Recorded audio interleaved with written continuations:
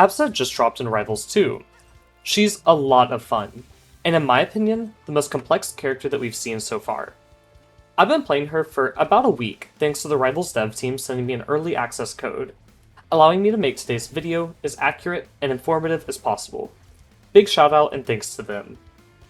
Today, I'll be breaking down Absa's general game plan, movement, and moveset all within her kit, with us finally capping off the video with a few tips and tricks.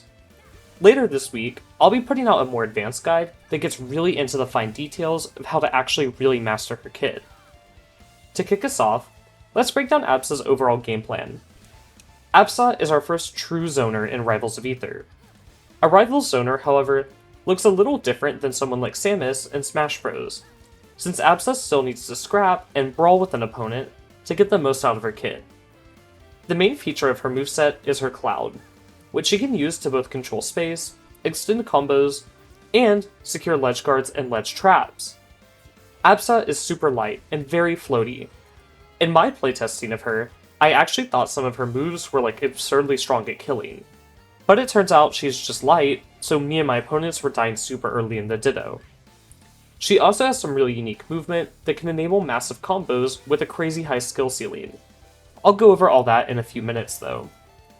Overall, if you like characters that get value out of set play, have a high skill ceiling, incorporate lots of creativity into their combos, and have cool movement tools, Absa is the pick for you.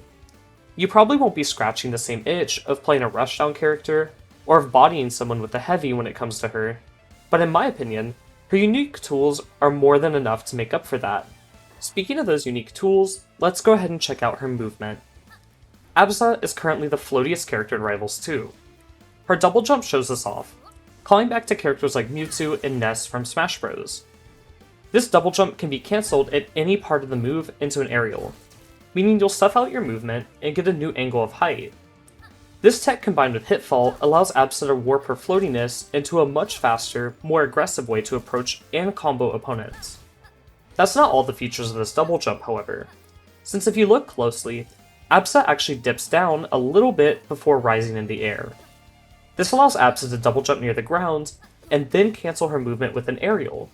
It's kind of a tight input, but when done correctly, you should be able to easily line up moves to hit grounded or low down opponents. While we're on the topic of that little dip, Absa also has a special tech called the Gravity Jump. This is kind of similar to a double jump cancel input-wise, but instead of clicking a move, you tap down on your movement stick. When performed correctly, you'll see the little circle indicating a double jump, but Absa will go ahead and move downwards instead of up.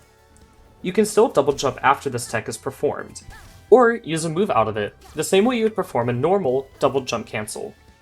This movement tech allows Absa to reposition in the air to perfectly align aerials, or dodge incoming attacks off stage. Truthfully, this tech is probably one of the more advanced parts of her kit, but I thought it'd be a disservice to save it for the advanced guide, since it's so interesting. I'll be going over more uses for it though in that guide, so be sure to subscribe to not miss it. Moving on to Absa's other movement properties, her initial dash and run speed are sadly not the best. Absa is a character you want to take a lot of space with and play more defensively. However, her speeds aren't so bad that she can't approach and make plays on her own. Her airspeed is solid, but it's obviously also assisted by all the fun little double jump tech we just went over. Her wave dash isn't bad, with it going a good distance, however, I personally really like her wave land out of a double jump instead. It lets Absa cancel that big floaty drift into a big burst of grounded movement on a platform and catch opponents off guard. Before we move on to Absa's moveset, by the way, I want to remind you to use code LastStock in game. This channel and the creator code help me fund my free Wi-Fi weeklies and my local scene. The support means a ton, but let's go ahead and get back to the video. Now that we know how Absa wants to play, and how to get the most out of her movement, let's break down her moveset. I normally like to start with normals and finish the kit by talking about specials, but I think Absa's Cloud is so important to her kit that it'd be a miss on my part to not go over it first. To place the Cloud, all you gotta do is press Neutral B. Absa will do a little hop and place it where she was standing previously. This can be used to mix up recoveries, or move around opponents. It's sadly not the fastest option and has a hair of end lag, so it's not a great offensive mix, But there's tons of ways to use the move besides that. If Cloud is already active, a short press of Neutral B will pop it, sending opponents away from the Cloud. It doesn't have a ton of hit stun or damage, and it's not great for big knockback either, but you can use it to pass opponents to the Cloud with some kind of move like a jab or a throw, then press Neutral B to knock opponents back into you with the pop. If you do a long press of the special button while Cloud is out, Absa will connect a lightning line to it, with high knockback. I like putting this move at awkward angles to control space, while opponents are recovering. That way, I don't have to commit with Absa herself. Careful when using the lightning line, however, the move is really easily parried since it has a long startup time. The other way to place Cloud on stage is to use Absa's side B. You can use side B at any time to place a Cloud, even if there's one already out. The previous one will be destroyed in the process, however, since you only get one at a time. Don't be greedy. The side B has a small amount of knockback when placed, and is pretty quick. It's great to maneuver Cloud to funky angles to catch recoveries, like I talked about earlier. Finally, there's one more option out of Cloud, being down B. A short press of down B will start a ticking timer on the Cloud. Once the timer is all up, the Cloud will explode, doing big knockback and sending opponents away from it. This means if you can throw opponents to the Cloud, you can earn a crazy spike setup, or simply hold them next to it for some extra damage. I've personally been placing Cloud behind me and then starting the timer, so that even if I lose neutral, my opponent can't chase me to get a full advantage state. Placing the Cloud at the ledge and then starting the timer is also a good checkmate or way to limit recoveries on opponents. If you hold down your down B, you'll start a timer on Absa. Getting hit will remove this effect, but it allows Absa to better position the explosion. It's a bit gimmicky and not the most consistent, but it does allow for big plays. For Absa's last special, her up B should be pretty familiar to those of you that have ever played Pikachu in Smash Bros. However, Absa won't go into freefall if she touches the ground at any point during her up B. This means you can cancel the move's ending in the air and then perform an aerial. If you want to use up B offensively, I suggest ending the move slightly above the ground. That way, you won't be vulnerable to being hit by an up air, but you can still get those strong aerials out before you land. Now that we know all of her normal specials, I really quickly want to touch on Special Pummel and her Get Up special, since they all interact with Cloud. Her Get Up special from the ledge throws the Cloud, letting it drift back and forth across the stage. It stops when she performs an action with it, but the mental stack of keeping track of where Absa and her Cloud are in relation to each other can already be really taxing on an opponent. So when the Cloud is moving alongside Absa, this constantly changes lightning lines and becomes a lot harder to keep track of overall. Her Special Pummel electrifies opponents. If they get knocked into the Cloud, or if a Cloud hits them with Absa's side B, it becomes sticky and attaches to them. While stickied, Absa can perform any option with the Cloud. I personally like to combo an opponent after the Cloud is stickied to them, look for an air dodge or panic defensive option, and then use a lightning line to secure a kill. There's tons of options out of this setup, however, that I'd like to spend more time with on an advanced guide, since truthfully, I think the application of this move is nearly endless. Finally, her Get Up special calls lightning from above her, hitting all around her. If the Cloud is near her, it'll get pulled onto her, attaching the same way it would to an opponent. Obviously, Absa isn't the opponent, so you can't threaten the Cloud as offensively this way, but it allows you to proc a fast down special without the long charge. It's easier to get than a Special Pummel Cloud sticky, but the payoff is just a little bit less. Now that we know how to place Cloud and we know how all the specials interact with it, I gotta give you some bad news. If you get grabbed, your Cloud will dissipate away, and you'll have to place a new one. This is similar to Maple's friend Lily, except you actually have to throw Maple to banish Lily. Landing a grab on Absa will remove the Cloud even if she escapes. Moving on to Absa's grounded normals, let's touch on Absa's dash attack.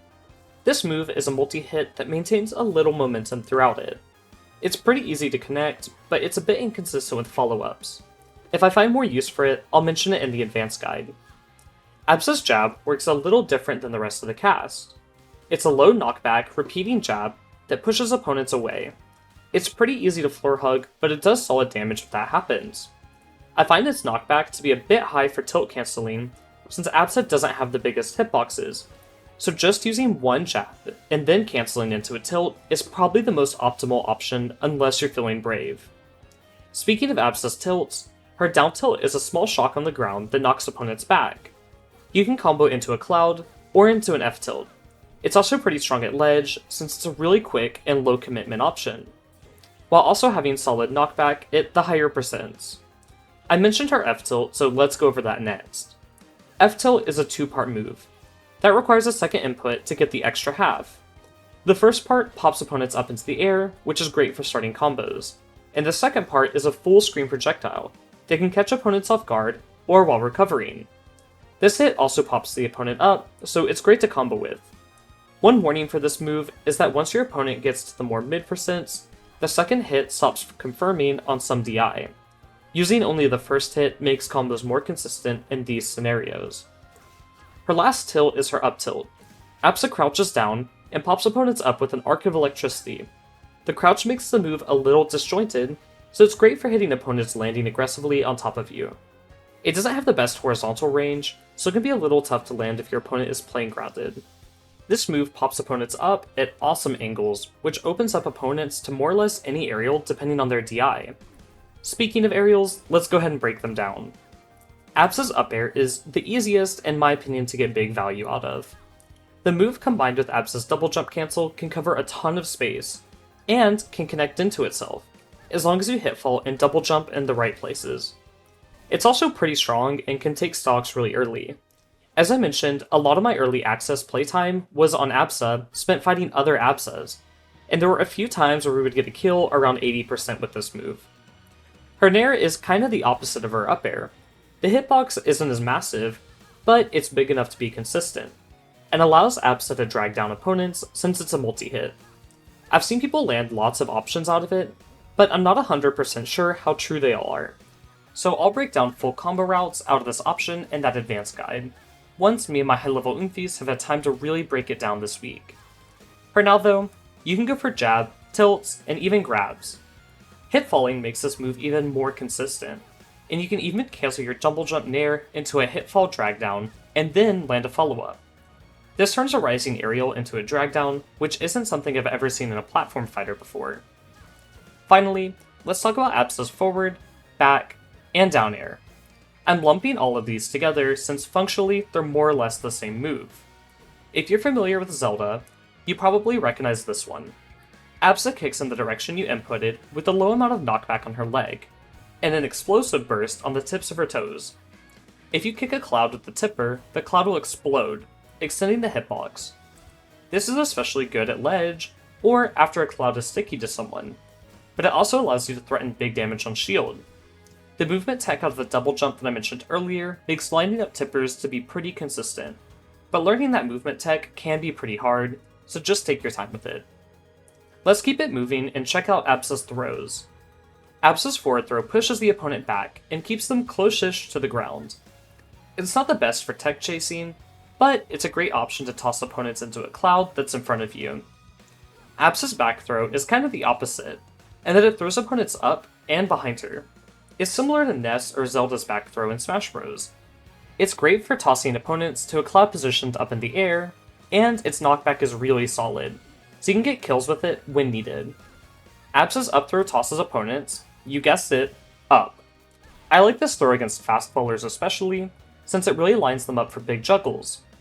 Finally, Absa's down throw is the only one that's a little weird. It pops opponents up behind you, which isn't too crazy for a down throw, but it is a bit untraditional. This throw can set opponents into nearby clouds, especially at higher percents, since it doesn't have a lot of knockback. When I was testing Absa out with Bowler, they got a lot of down throw into back airs on me when I didn't DI, but even when I held away, they were still able to catch me from time to time. Absa's special pummel does sticky people with clouds, so be sure to know how your throw will send them to get the most optimal sticky opportunities. Her normal pummel does solid damage, and I'd use it if you're looking to condition an opponent into blocking that option.